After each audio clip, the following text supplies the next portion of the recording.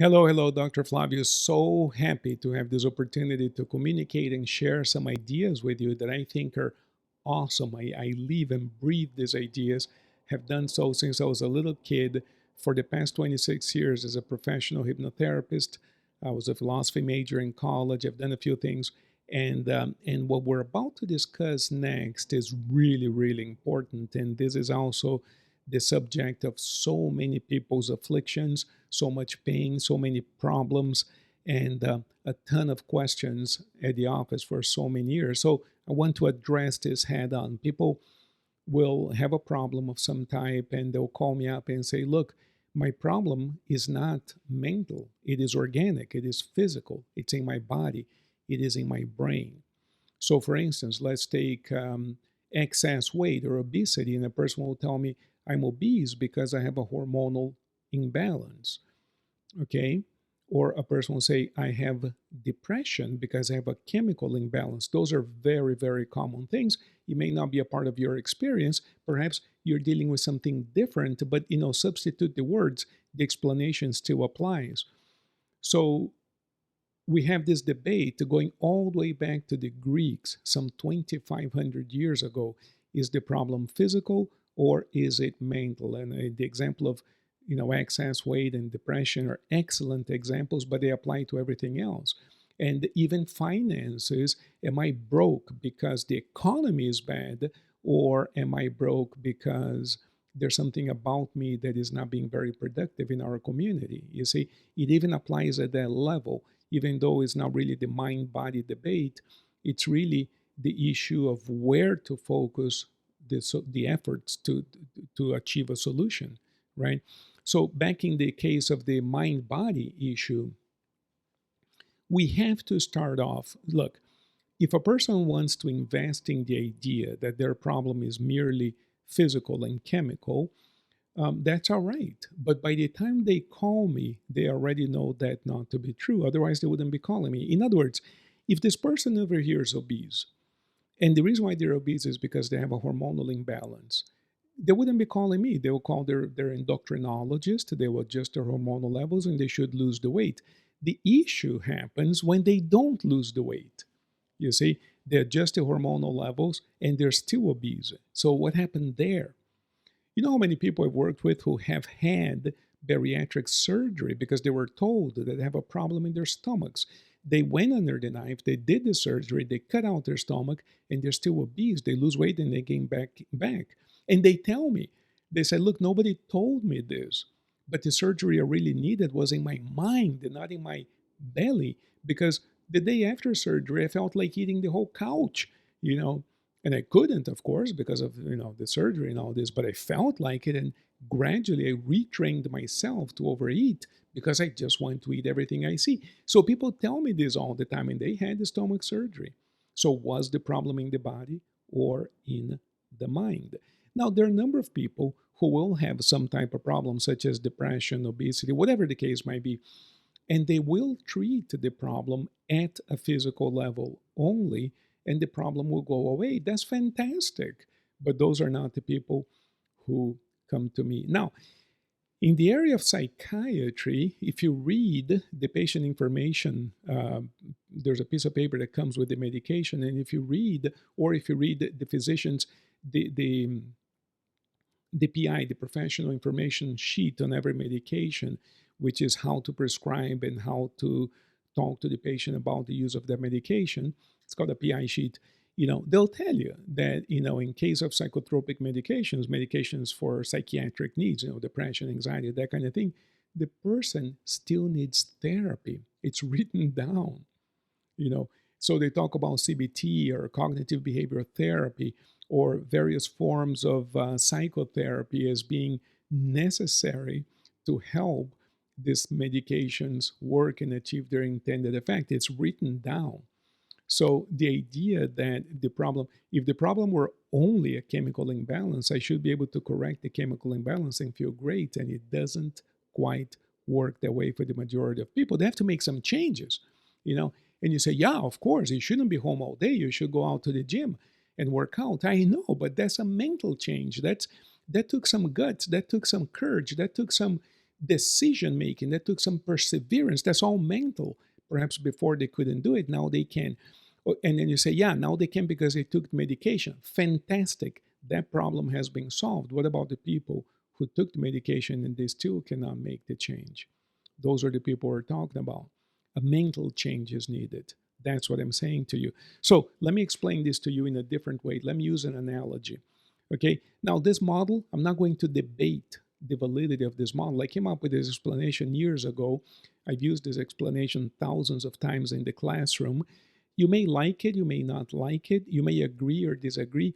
It's really not the point right now to convince you that it works like this, because really this is just a model, a simplification, an oversimplification, and it's just to communicate an idea.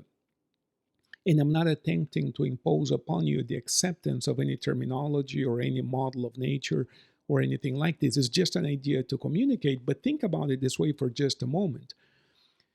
Think of an old slide projector, and if you're too young, you probably have never seen one of those, depending on your age. But in the old days, we would project images on a screen through a machine called a slide projector. And essentially, what you had there was a very powerful light bulb. You had a couple lenses, of course, to focus the image, but then you would put in a slide. A slide was a piece of film that had a picture impregnated in it, right? There was a picture in this little transparent little piece of plastic, and then you would project that onto a screen. So in this little model, this light projector model, you have three elements there. You have the light, you have the slide itself, and then you have the screen. Well, think of the think of the light as your soul, think of the slide as your mind, and think of the screen as the physical plane or the physical realm, including your physical body. And I say this because a lot of people call me up and say, yeah, I saw your videos, I went to your classes, I understand you talk about the mind, but you don't get it. My problem is in my soul. I'm sad, and the problem is in my soul. And it's all right. There are deeper portions of the mind where the sadness is lodged. And I do not mean to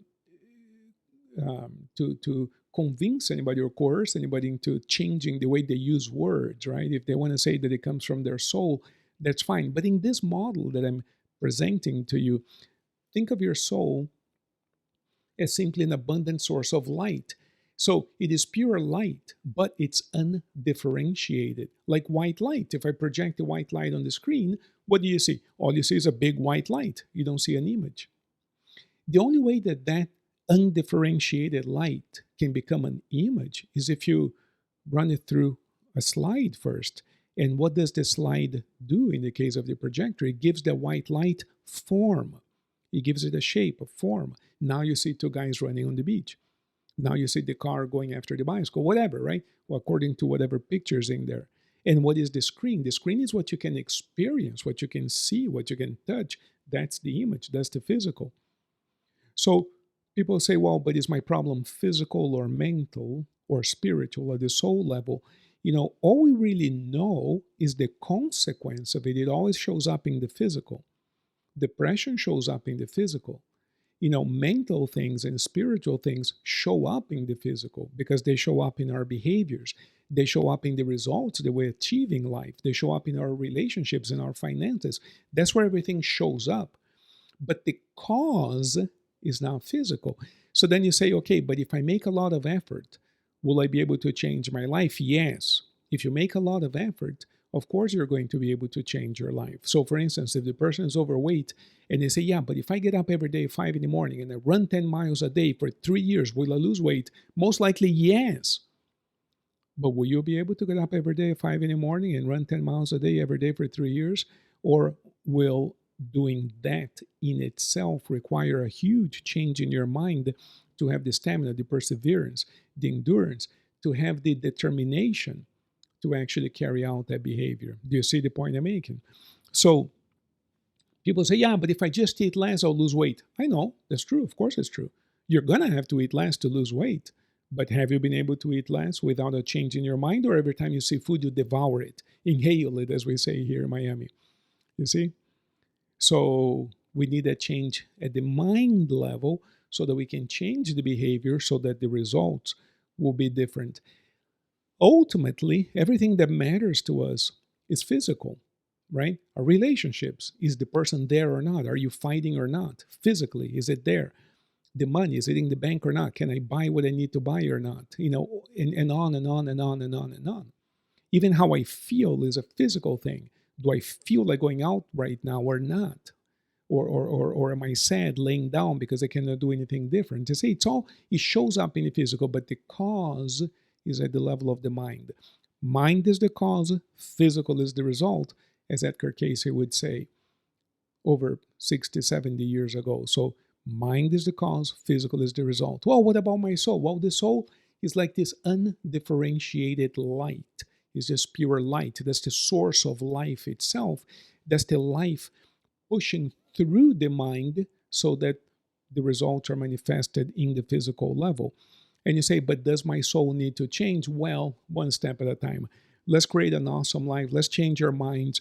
Let's let's create a really good life here first, and then we'll talk about the soul one step at a time. But when you look at your life as it is physically at a physical level, you know what needs to change already. And the best thing we can do is to go to work at it. If you want to talk to me about this, do so by clicking on the button below. Pick a time for us to talk. There's no cost for that initial conversation.